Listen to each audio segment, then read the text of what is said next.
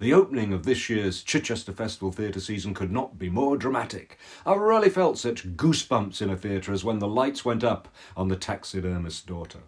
And after an initial jump at the loud discordant sound and disturbing lighting, I then heard a chilling recitation of Who Killed Cock Robin and saw terrified churchgoers scatter when confronted by hanging dead crows.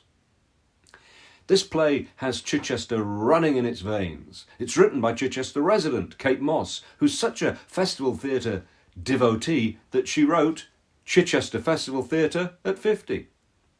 Now, the Taxidermist's daughter is set in nearby Fishbourne. I don't know how much of the credit goes to Kate Mosse and how much to director Roisin McBrinn, but this is a play designed for the festival theatre space, and the production works perfectly there. But it's not all about the production, superb as it is. At the core, there's a Gothic horror story. A mystery woman is out for revenge for a crime that is unnamed for much of the play. Unfortunately, the script doesn't quite live up to the production, but it has plenty of good moments, even though it doesn't really grip. Well, that's the 1 minute review. Keep watching for more about this Gothic horror story that opened Chichester Festival Theatre's 2022 season. The main character, Connie Gifford, can't remember a traumatic event from years ago in her childhood. Daisy Prosper plays the young woman who has a sweet disposition and a vulnerability, and who's trying to continue her drunken father's tottering taxidermy business.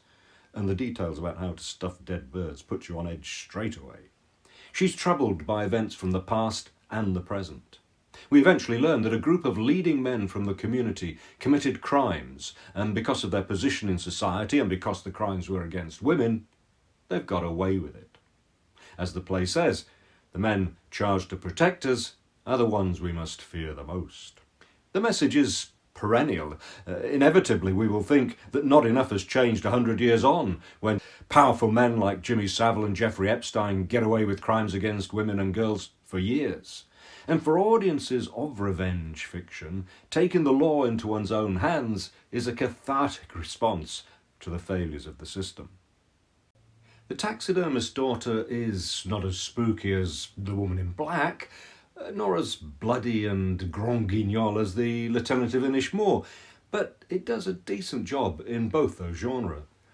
In this respect, it's helped by Sinead Diskin's frightening music and sound, and the stark flashing lightning by Prema Mehta. Unlike her novel, on which it's based, the set for Kate Mosse's play doesn't have the wonderful descriptive detail of nature. Instead, Paul Will's design keeps the stage bare. Sinister projections in Gothic black and white proliferate on the back wall, the floor, and on hanging screens. And these are often in the form of extraordinary videos by Andrzej Goulding, which show us fragments of faces, dark foliage, water.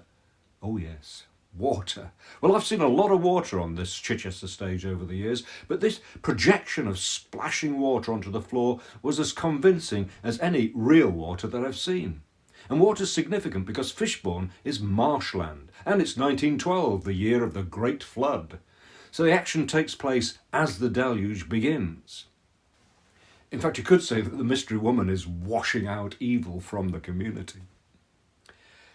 The production uses every square inch of the stage. There are entrances from all directions, and pieces of set, often stuffed birds in display cabinets, rise from a multitude of holes in the floor. It does what theatre does best. It inspires the imagination. In fact, the scariest moment is probably when we finally see the crime. And that's because we don't actually see it, but are given all the information we need to imagine it. And that's unlike the moments when we witness what happens to the victims of the mystery woman, which are shown sometimes in quite grisly detail. Many of the characters are sketched rather than detailed portraits. Pearl Chandra as the mystery murderer is passionate and energetic without going over the top. And Forbes Masson does well as Connie's father, Crowley Gifford, a man plagued with guilt about what happened in his past and who is now barely holding himself together. And we also meet a nice man, Harry, a gentle young artist played by Taheen Modak. In the end, it's an enjoyable Gothic horror story in a glorious production, and I give The Taxidermist's Daughter 3 stars. I hope you enjoyed this review, and if you'd like to be the first to know about my future reviews, then please subscribe. If you want to read my reviews, then visit oneminutetheatreReviews.co.uk. You can also find me on Twitter, Instagram and Facebook. Thank you for watching.